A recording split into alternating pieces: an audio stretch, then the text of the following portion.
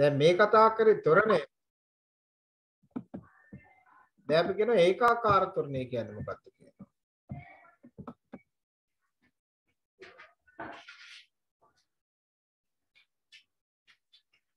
දැන් පුතේ ඒකාකාර ත්වරණය කියන එකේ අදහස ප්‍රවේගය වැඩි වෙනවා.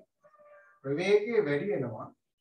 සෑම එක කාලයකදීම සිදු වූ ප්‍රවේග වෙනස එකම නම් අන්න ඒකට අපි කියනවා ඒකාකාර ත්වරණය කියලා අපි කියනවා. හරියට මෙන්න මේ. දැන් මේ තියෙන වස්තුවක් චලිත වෙනවා.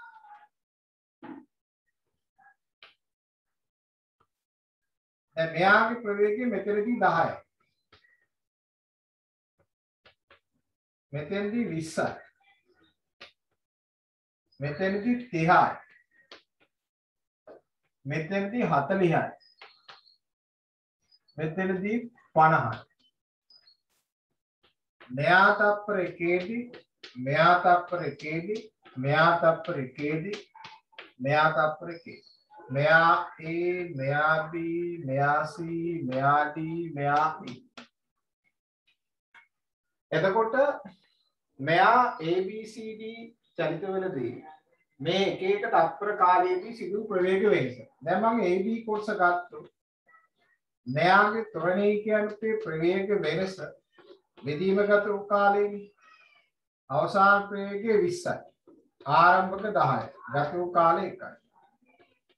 මෙයා 10යි මිශ්‍ර දෙකයි. BC චලිතය ගත්තොත් BC චලිතය කියන්නේ මෙයාගේ අවසාන 30යි ආරම්භක 20යි ගත වූ කාලය 1යි. ඒ කියන්නේ 10 මිශ්‍රින දෙකයි. මිශ්‍රින දෙකයි. කියන්නේ AB චලිතයේ ත්වරණය 10යි BC චලිතයේ ත්වරණය 10යි. දැන් අපි CD චලිතයේ ත්වරණය ගත්තොත් CD නේ 40 ඍණ 30 බෙදීම 1යි. ඒ කියන්නේ පුතේ 10යි මිශ්‍රින 1යි. D චලිතයේ ගත්තා. මෙයාගේ ත්වරණය කියන්නේ 50 ඍණ 40 බෙදීම 1යි. ඒ කියන්නේ 10යි මිශ්‍රින 2යි. මිශ්‍රින 2යි. දැන් බලන්න චලිතයේ සෑම කොටසකම ත්වරණ එක හා සමානයි නේද? අන්න ඒ වෙලේ චලිත අපි කියන්නේ ඒකාකාර ත්වරණ. මේ උදාහරණ එක. දැන් උදාහරණ දෙවෙනි එක මෙහෙම ගන්න. මේක වස්තුවක් චලිත වෙනවා.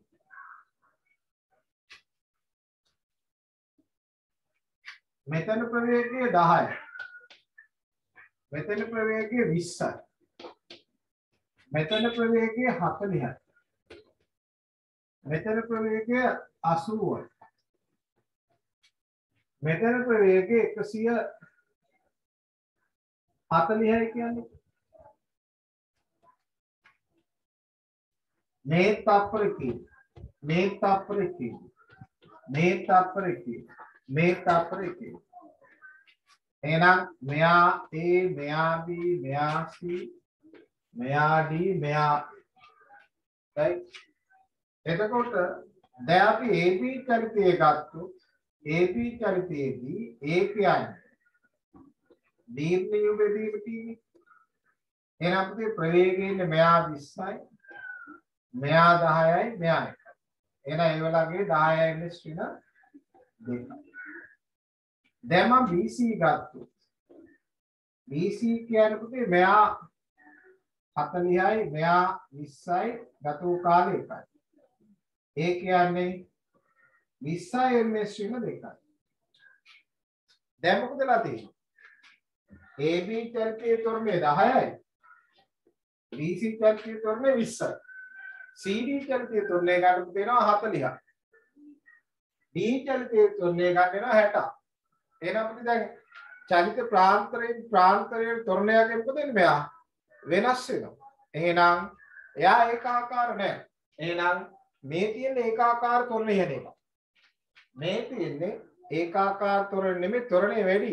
ප්‍රවේගයෙන් වැඩි. හැබැයි වැඩි වීම ඒකාකාරද වැඩි වීම ඒකාකාර නැහැ. ඔයගොල්ලෝ දැකලා තියෙන්නේ පාරේ යනකොට බයිසිකල් යනවා නිකන් අර අපායට යන කට්ටිය දැකලා තියෙනවද? අපායට යන කට්ටිය පාර යනවා දැකලා තියෙනවද? ඩිලාන් දැකලා තියෙනවද අපායට යන කට්ටිය පාර යන විදිහ? නැද්ද? ඒගොල්ලෝ යන පුතේ වැඩි වෙන තොරණ. ඒ කියන්නේ එන්න තොරණ යනවා. එකපාරට ඩෝන් ගාලා හත්යක් කරන එතකොට අපායට යනවා කියන්නේ. එයි ඒකාකාර තොරණෙන් ගියොත් ඒත් ඒක ටිකක් භයානකයි. ඒකාකාර ප්‍රවේගයෙන් ගියොත් නම් හරි. ඒකාකාර තොරණෙන් ගියොත් ඒකත් ටිකක් භයානකයි. ඒ වැඩි වෙන තොරණෙන් ගියොත් ආයේ හරිම තමයි. ඒ යන්නේ අපායටම තමයි. ඒ අවසන් යන්නේ. ඔය මම තාමත් ඔය දකින්න මේ අපි කරත්තක් ගාවට ඇවිල්ලා අම්මයි තාත්තයි ඇවිල්ලා හැමදාම මාසෙකට සැරයක් ඇවිල්ලා අර සෝහන සුද්ධ කරනවා අම්මයි තාත්තා. තාත්තා පදින්නේ FZ එක. පුතාගේ FZ එක. අනේ හමුදායේ ළමේ නිවාඩු ඇවිල්ලා බයිසිකලේ ගියා වැඩි ඉවර තොරනේ. ඔන්න ලබාගත්තු ප්‍රතිඵලය. එහෙම යන්න බෑ පාර. ඒ නිසා මේ අපි යාන්ත්‍රික දෙයක් කොටසේ පුතේ කතා කරන්නේ ඒකාකාර තොරණෙන් සිදුවන චරිත. ඒ නිසා ඒකාකාර තොරණ කියන එක හඳුනා ගන්න ඕනේ. ලියන මාතෘකාව ඒකාකාර තොරණ. ඒකාකාර තොරණ. ලියන්න යම් වස්තුවක යම් වස්තුවක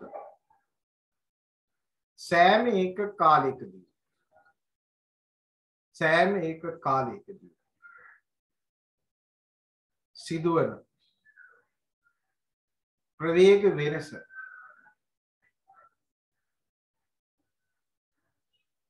සෑම එක කාලයකදීම සිදුවන ප්‍රවේග වෙනස එකම නම්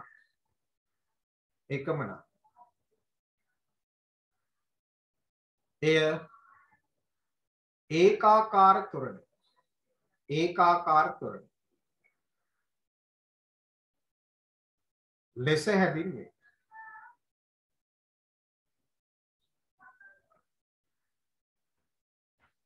ඒකාකාර තොරණ ලෙස හැඳින්වේ.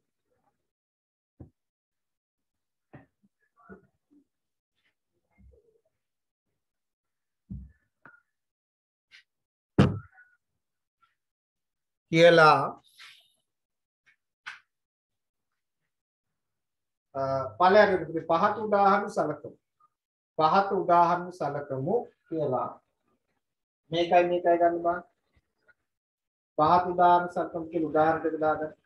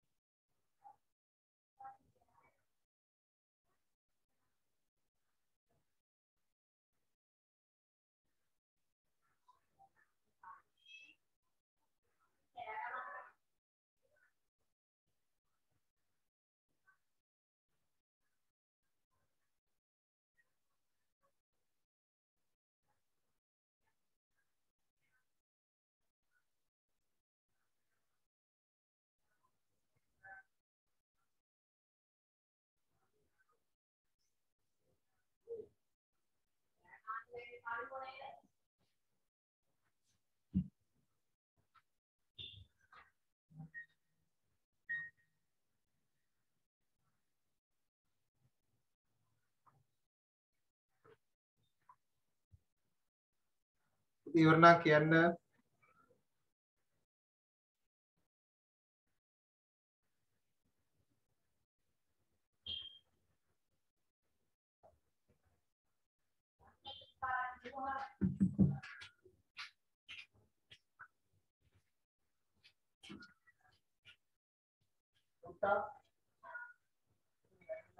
तो देना मत नहीं है या एम करा अभी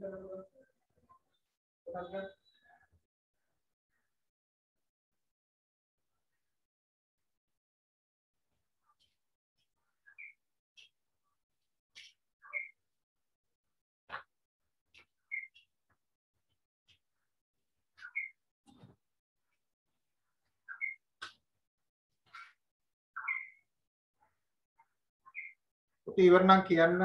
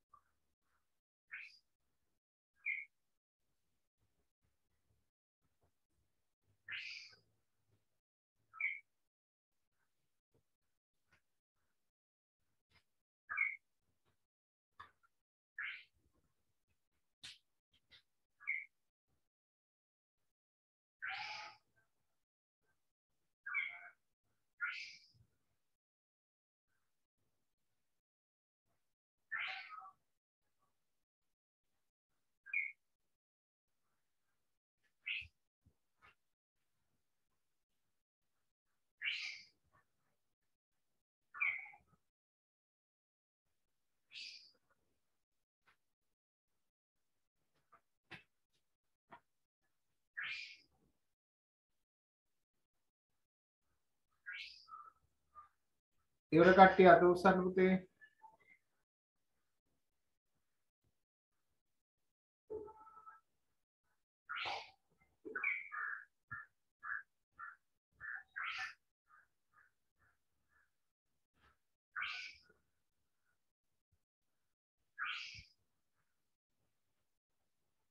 අනිත් කට්ටියත් ඉවරද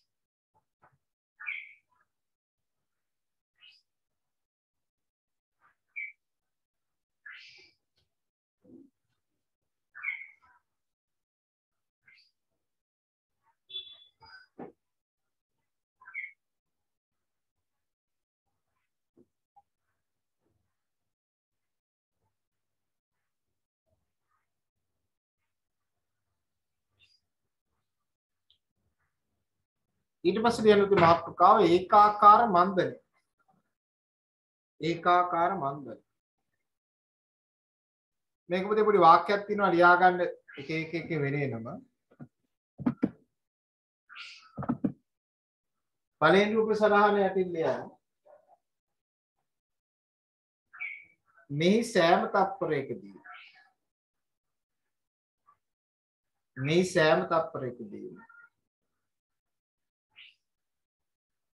සිදුවන ප්‍රවේග වෙනස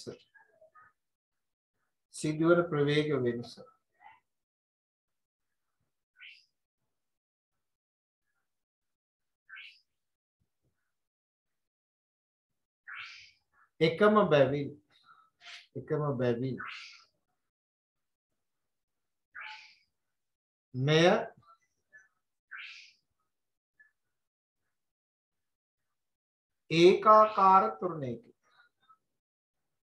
මෙය ඒකාකාර ත්වරණයකි.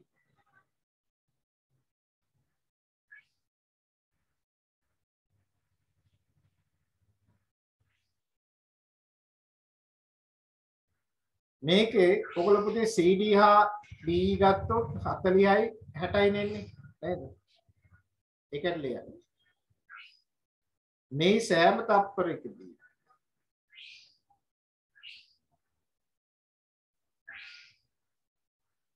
සිදුවන ප්‍රවේග වෙනස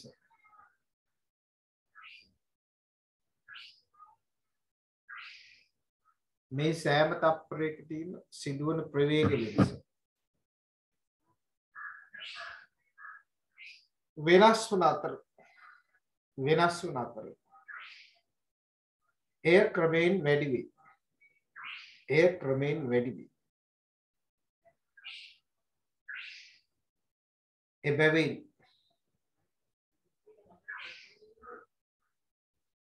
වස්තුව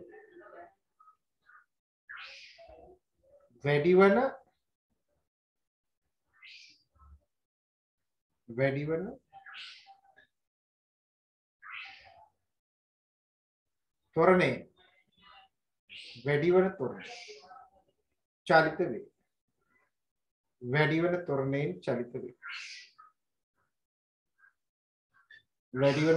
චලිත වේ.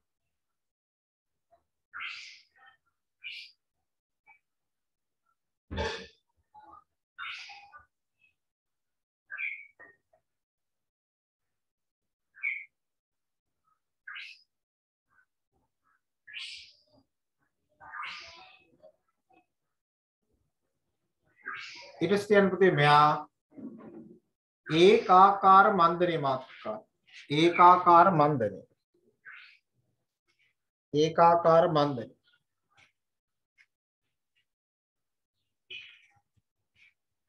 ඒකාකාර මන්දනය කියන්නේ මෙන්න මෙහෙම අවස්ථාවක්.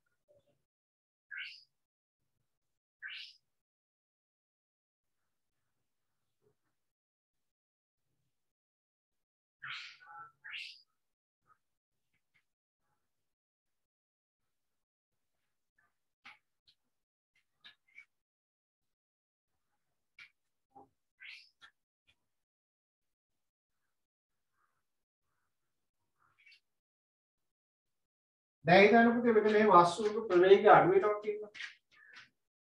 ආරම්භයේ ප්‍රවේගය 100යි. ආරම්භයේ ප්‍රවේගය මෙතන 80යි කියන්නේ. මෙයා 80. ඊළඟට 60යි. ඊළඟට 40යි. ඊළඟට 20යි. ඊළඟට 0. මොන වස්තුවේ ප්‍රවේගය ක්‍රමයෙන් අඩුයි. දැන් පුතේ මම ඒ වලාගේ ගත්තොත් අවසාන ප්‍රවේගයෙන් ආරම්භයෙන් අඩු කරන්නේ 60 වෙන 80 බෙදීම 1යි. එනම් ඍණ 20යි. AB චලිතයේ ත්වරණයගේ ඍණ 20යි. ත්වරණයේ ඍණාගය කියන්නේ කවුද එහෙනම්? මන්දනය. ත්වරණයේ ඍණාගය මන්දනය. ඔන්න ත්වරණයේ ඍණ 20යි. එහෙනම් මන්දනය 20යි. දැන් මේක ත්වරණයේ ඍණ 20යි කියන එක කියවන්නේ මන්දනය 20යි. BC චලිතයේ ගත්තොත් 40 ඍණ 60 බෙදීම 1යි. ආපහු වෙන ඍණ 20යි. එහෙනම් එතන මන්දනයක් 20යි. මන්දනය කියනකොට ඍණ ලකුණ කියන්නේ. තොරණේ කිව්වොත් ඍණ ලකුණ කියන්නේ. CD චලිතය ගත්තොත් 20 ඍණ 40 බෙදීම 1යි. එහෙනම් මෙයා ඍණ 20යි MS ඍණ 2යි. D චලිතය සැලකුවොත් බිංදුව ඍණ 20 බෙදීම 1යි ඍණ 20යි. එහෙනම් මට කියන්නේ මෙයා ත්වරණයගේ විරාමය. හැබැයි ඒකාකාරයි. එහෙනම් මේකට අපි කියන්නේ මන්දනය. ඒකාකාරයි. ඒකාකාර මන්දනය කියන්නේ. මෙයා 160 ඉන්නේ. 80ට අඩුයි. 80 40ට අඩුයි. 40 20ට අඩුයි. 20 බිංදුවට අඩුයි. AB චලිතයේ මන්දනය ගත්තොත් මෙයා 80 රින 160. බෙදීම 1. ඍණ 80.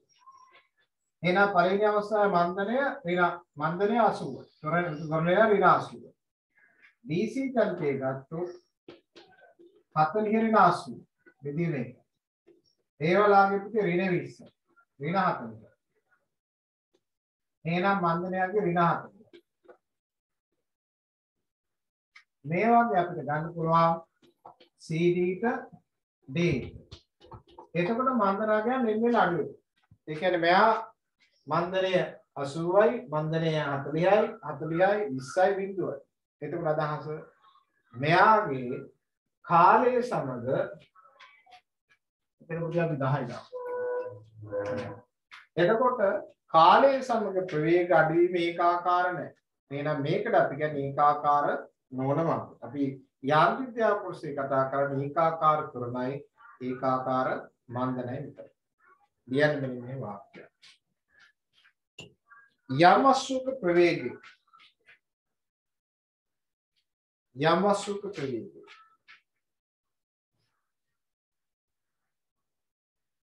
අඩු වේ. යම් වස්තුවක ප්‍රවේගය අඩු වේ.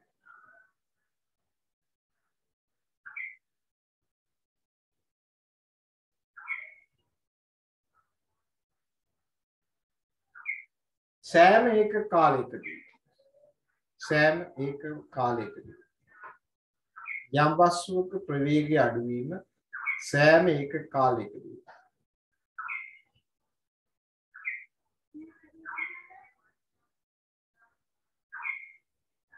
නේතගයක්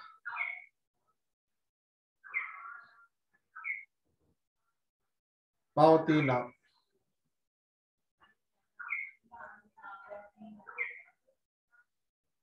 එය ඒකාකාර මන්දනය ලෙස හැඳින්වේ. ඒකාකාර මන්දනය ලෙස හැඳින්වේ. කියලා මේක අඳගන්න මේක අඳගන්න. යටිම වාක්‍ය දෙකක් දියන්න. ඔන්න පුතේ ඒකාකාර මන්දනයයි ඒකාකාර ත්වරණයයි අරගෙන. දැන් බලන්න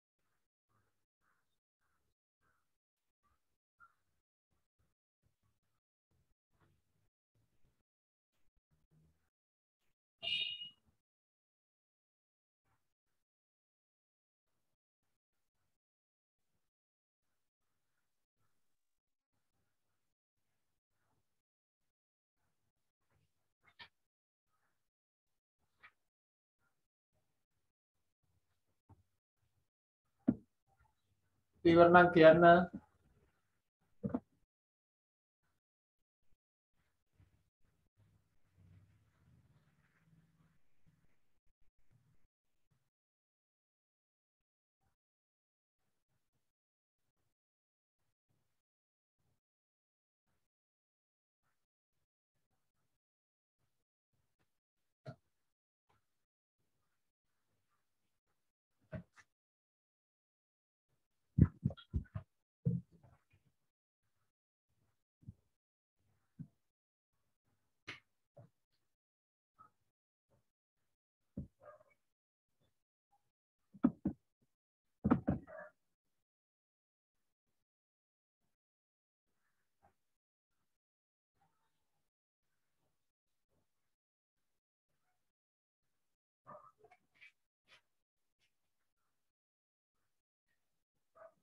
තව ලියන කට්ටිය අත උස්සන්න.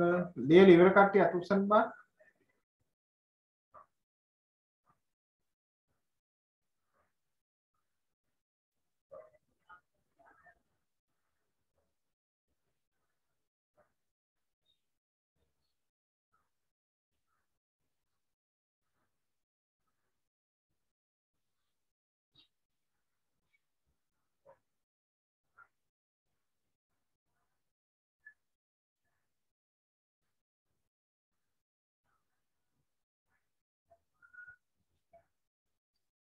හරි නේද? වාක්‍ය දෙක ලියන්න පුතේ මෙන්න මෙහෙම. පළවෙනි රූප සරහණ යටින් ලියන්න. පළවෙනි උදාහරණය යටින්. මේ සෑම එක කාලයකදී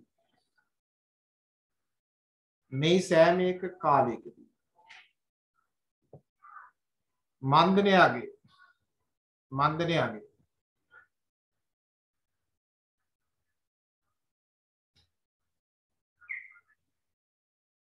එකම අගයක් ගන්න.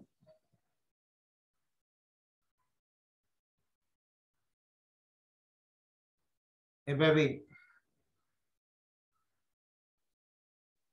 මෙය ඒකාකාර මන්දනයකි.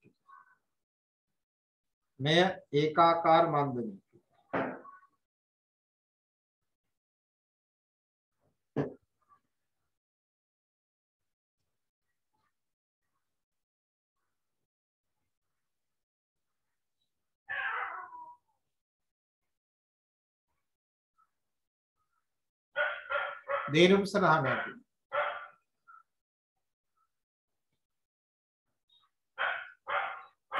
මේ සෑම එක කාලයකදී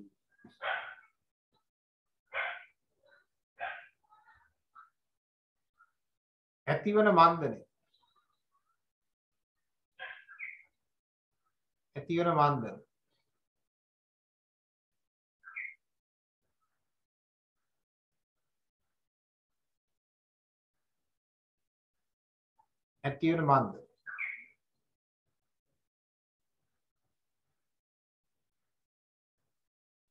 නියත නොවේ.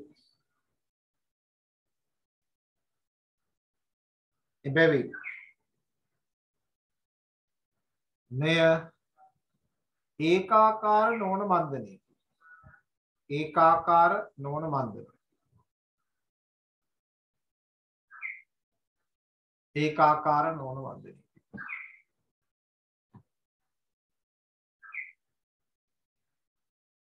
right. තාපතේ භෞතික රාශි ටිකක් තියෙනවා. ඒක අපි ලබන සතිය ඉතුරු තව 4ක් හෝ 5ක් තියෙන්නේ. භෞතික රාශි 5ක්. ඒ 5 අපි කරලා ලබන සතිය ගණන් පටන් ගන්න. දැන් පුතේ මෙහෙම දැන් අපි සාමාන්‍ය යාන්ත්‍රික දිහා පටන් ගන්න සාමාන්‍ය පෙළ ප්‍රතිඵල ආවෙන් පස්සේ. දැන් ඔයගොල්ලන්ගේ ප්‍රතිඵල ඉන්න කාලයක් හිතා ගන්නවත් බෑනේ. ඒ නිසා දැන් දිනපතා පන්ති වල සහභාගී වෙන්න තවත් අත්හදා බැලීම් කරන්න යන්න එපා. දැන් අත්හදා බලන්න හම්බෙන්නේ ඊළඟ ආත්මේ තමයි. මේ ආත්මේ අත්දැක බලන්න හම්බෙන්නේ නැහැ අපෝ. හරිද? මොකද දැන් කාලය ගත වෙනවනේ. දැන් අපි ඕලංගේ ප්‍රතිඵල එනකොට සාමාන්‍යයෙන් ඔය යාන්ත්‍රිකය භාගයක් විතරවත් ඉවරලා තියෙයි. ආපහු පුතේ ළමයින්ට ප්‍රතිඵල බලලා විෂයන් තෝරා ගන්න අවස්ථාව හම්බ වෙනවා. හැබැයි ඒගොල්ලෝ ලියන්නේ 2023 ඉරෙල් නෙමෙයි 2024 ඉරෙල් තමයි ලියන්න වෙන්නේ. ප්‍රතිඵල බලලා. දැන් ඔය පිරිස හැමදාම අපිත් එක්ක එක දිගට හිටියානේ. ඒ නිසා ඒ ගැරන්ටි එක අපි දෙනවා. ඉස්කෝලේ පටන් ගත්තත් නොගත්තත් පුතේ උසස් පෙළට අවශ්‍ය ටික මම දැන් කරගෙන යනවා.